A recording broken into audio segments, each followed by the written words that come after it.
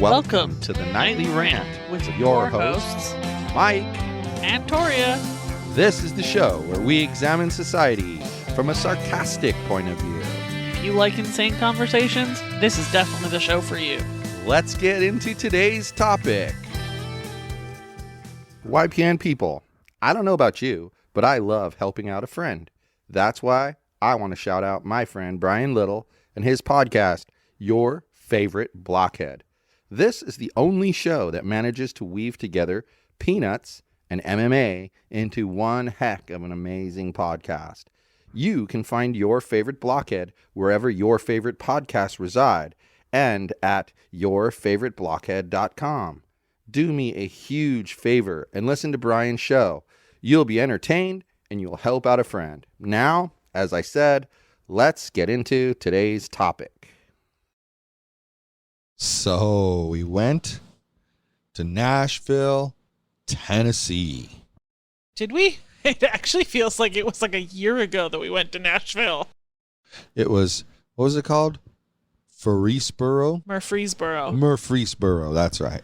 Murfreesboro. Murfreesboro.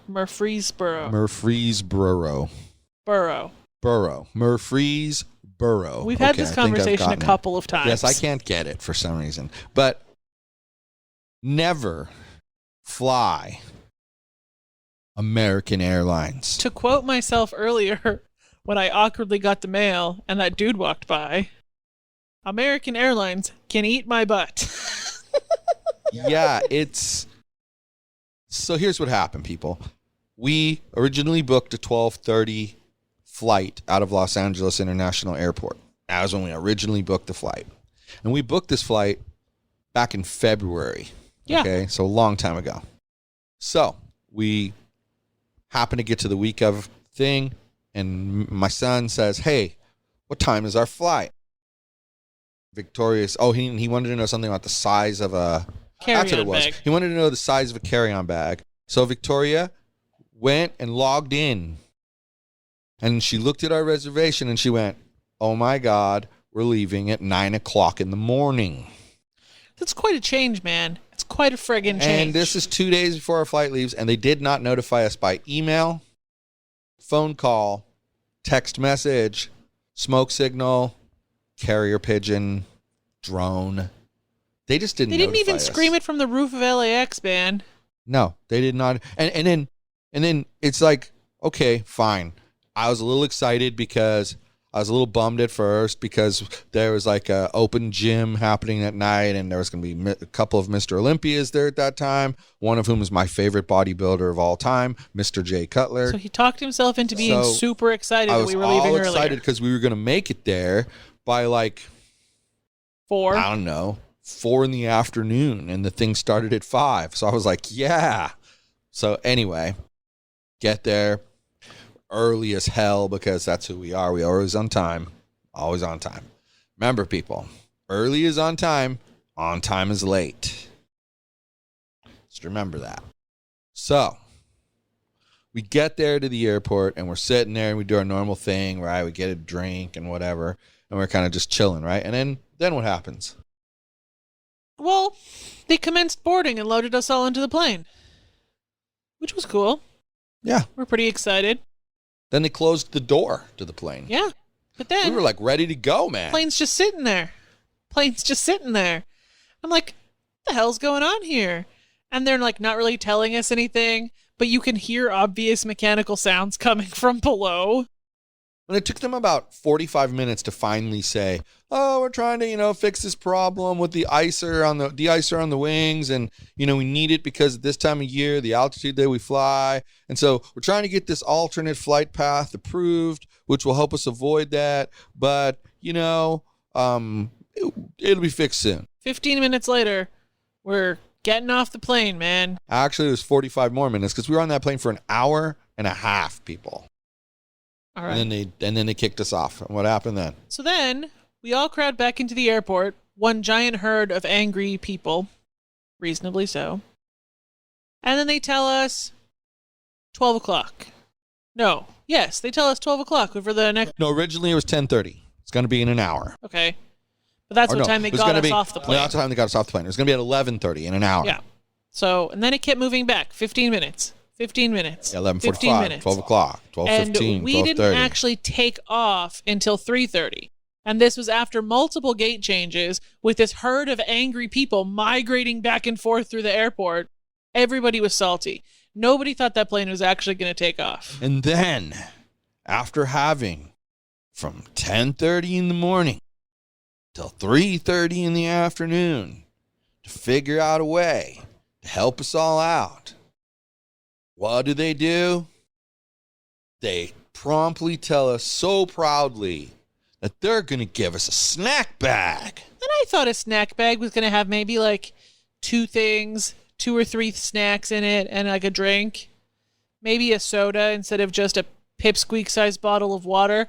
No, it was some dry-ass nasty cookies and a bottle of water. Let's not forget, a sanitizing wipe. Exactly. Probably the most expensive thing in the bag was the bag. Yeah. Like, it was just the stupidest thing. And then, okay, There was so nothing to be proud of about those snack bags, man. So we get to where we're going. Of course, now I missed the whole open gym thing because we did not even pull in until like 10:30. Yeah, but we were in the McDonald's when I knew that drive-thru we at were going to be 10:30. delayed, I called the car rental place. And I said, yo, car rental place. And I'm going to just say the name. Is it okay if I say the name? I don't care. I mean, we already named American Airlines. These people started out bad, ended up good. But American Airlines can eat our butts. Advantage Rent-A-Car in Nashville Airport, okay? What happened was I called them and I said, hey, here's the situation. Guy was like, don't worry. That's why we ask for your flight information. We'll automatically hold your car until 4 hours after your plane lands. I bet you all can just imagine how well that went. So we get there and she goes to the bathroom and I go straight to the rental car. Oh, I'm sorry. Your reservation was canceled. It's been 6 hours and we only hold it for 4. And I said, I called. He said that that's why you have my flight information and you would automatically extend me 4 hours after the plane lands. So meaning if the plane lands late, you'll hold the car later. Oh, no, that's not what we do. But don't worry. I have another car for you.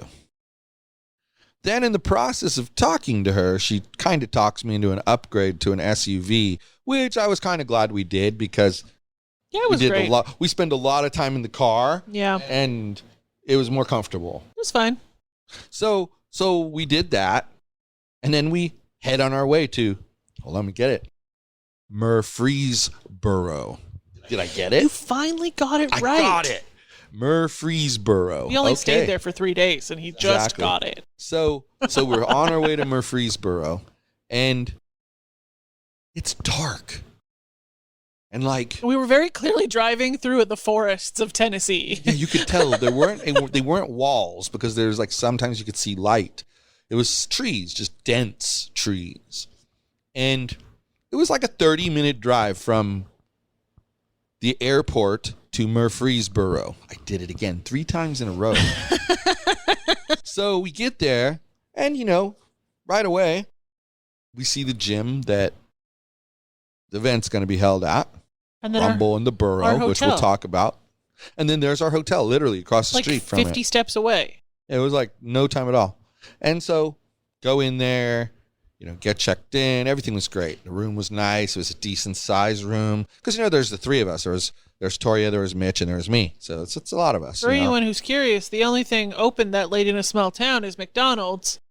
Oh, yeah, that's right. We had to go get food. McDonald's is half the price in Murfreesboro than it is in L.A. Yeah.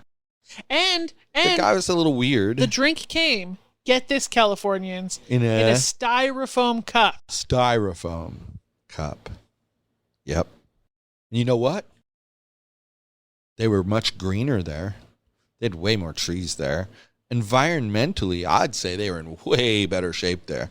And they allow straws and styrofoam cups. Yeah. Like, seriously, man. They allow those things. And it was fine. So the reason we went is because my friend, Mark Lobliner, was putting on an event called Rumble in the Borough to raise funds to fight children's cancer. So that was why we went all the way over there. And it was going to be all-day boxing exhibitions, which is what it turned out to be. Some lifting competitions, push-ups, and some vendors. And there's even some food trucks. So us being us, again, arrived on time. And they were just basically getting set up, which was funny. Started like 2 hours late. Well, and he made it sound like that was normal for him, too, which is kind of funny. But there were a lot. I mean, it was a who's who of fitness celebrities. Every fitness YouTuber I've known was there. There were 4 Mr. Olympias there. I got to talk and get a picture with Mr. Jay Cutler, and we chatted for a good 20 minutes, and that was a lot of fun because I don't know, when you talk to somebody like that, you don't expect them to be so friendly and down to earth, and he was literally like he knew you forever. Wouldn't you agree? Like, he was super comfy. Yeah, he was nice. Yeah. Then the other Mr. Olympia, Brandon Curry, assaulted Michell. So what happened was he needed to get through where Michell was standing, and so he put his hands on Michell. Well, if you know Mitchell's like, looks like a ruler. He's really tall and really skinny. So then you got Brandon Curry, who's kind of short and really wide because he's super muscular because he was Mr. Olympia. That's one thing I learned. He was runner-up last year. Bodybuilders, they're all short. Yes, we figured this out. He was a big dude, though, and he kind of just moved Mitchell out of the way. But then he was so friendly, he shook his hand, apologized to him for having to move him, shook Torya's hand, shook my hand. Just a nice overall guy. I actually got to chat with him a little bit later in the day before the event ended. You guys had left. But there was a lot of cool stuff that went on there, there were little kids boxing. There were girls that were boxing. It was all boxing, no MMA. It was not foxy boxing, though. No. There was no foxy boxing. This was serious. These people wanted to hurt each other. Real it was true boxers. Combat sports. Yeah, it's true combat sports. It was a good time, though, and I really enjoyed meeting some new people and just kind of chit-chatting with some other people who I've spoken to before and some people who I've never spoken to before, and getting to see some of the products that were out there, and we collected some samples from people. I just had a good time with it. I don't know. It was good. I mean, we're going to tell you about the rest of our Nashville trip in another episode, but just know that this part of the trip was really cool. And Mark ended up surprising everybody and getting in the ring for a boxing exhibition match. And so, that was kind of interesting. And then they raised over $50,000 for the charity. Which is something to be super proud of. Yeah. And now it's going to become an annual event. He's planning to kind of take a step back and just kind of guide things and let them run it. Which that's what a leader does, right? You lead the process, and then the next time you have someone else lead the process. It's like our situation with our new business. We've been doing all the planning, but we've been including our operations manager in the planning meetings. And as soon as we do this again next year, we're going to sit back and guide the process, and she's going to run the whole thing. That's the hope. So, and the whole thing that we were talking about bringing her to Vegas, maybe that's when we do it. That'd be pretty cool. Because then she could be there, but also she has questions, we're right there to ask. Yep. And she can just run the show. I think that'd be really cool. So anyway, that was a really interesting aspect. What did you think of the event? I'd love to hear I want to hear your side, because you're not a person who knows anything about any of these fitness celebrities or any of that stuff. And I don't make you watch it with me, so you wouldn't know who any of them were. So I want to hear this. This is going to be interesting. It wasn't awful, but it was boxing, which isn't my jam. But I watched the boxing. Did you? All the little kid boxing was okay. And then the food trucks were pretty good. And the cookie dough was pretty good. Now you know what I thought. And the people watching was interesting. Okay. What was interesting about the people watching? It was just interesting. I don't have any specifics about what Well, about but, it like, was describe interesting. what you mean by interesting. Like, give an That example I of stood something. there and watched people the whole time. So You I do was that all the time. Well, then I guess it wasn't anything interesting. What I and I'm found wrong. interesting was everybody like kind of flexes when they're talking to other fitness people, and then they're like, you know, they try to like drop buzzwords and people's names. Oh, I just worked with so and so, or I met up with blah blah blah over here. And what really happened was they went to that place to go work out at the gym, and blah blah blah just happened to walk in, and that's how they met up with them. You know what I mean? Like crazy stuff like that happens. Makes sense. But they were like kind of flexing and, you know, like talking shit to each other and, you know, puffing up stuff that they supposedly did. That I found to be interesting people watching, because there were some people who were really good at it and some that weren't. And the ones that were really good at it, like, they took over before the person realized that they had been taken over. Fair enough. It was rad. It's rad to watch. Really rad to watch. And I walked around inside the gym. I'm super glad you had a good time. I really am. But what did you think of the hotel? It was fine.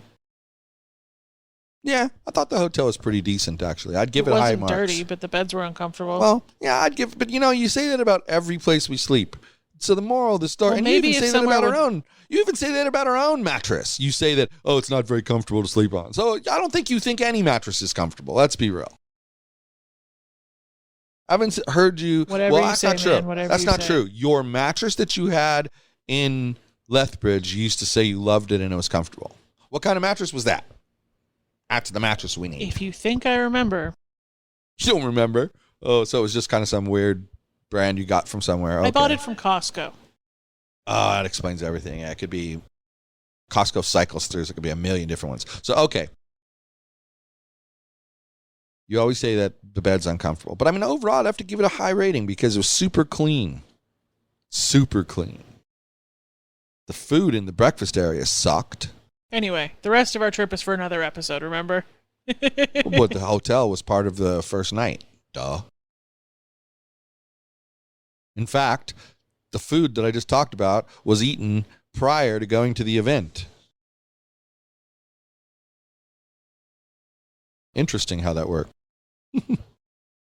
Y'all didn't eat any food, so I don't know what you're talking about.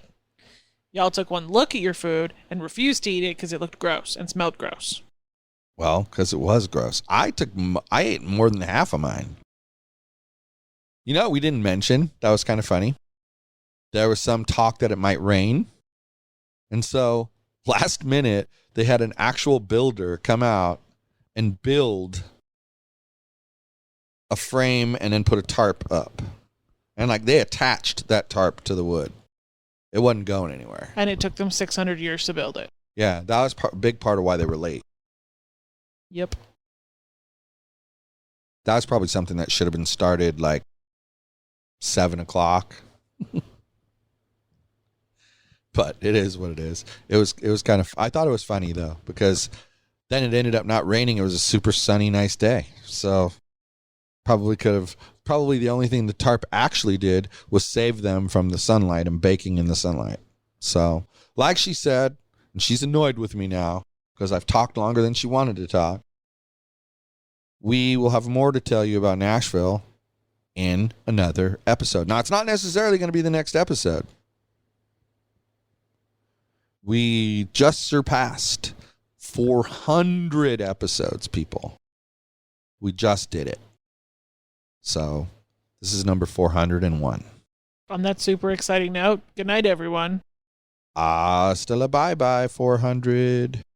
Thank you for listening to the Nightly Rant. If you enjoyed the show, please give us a 5-star rating on Apple Podcasts or Google Play. If you didn't enjoy the show, please just ignore that previous request for a rating. This has been a Yogi's Podcast Network production.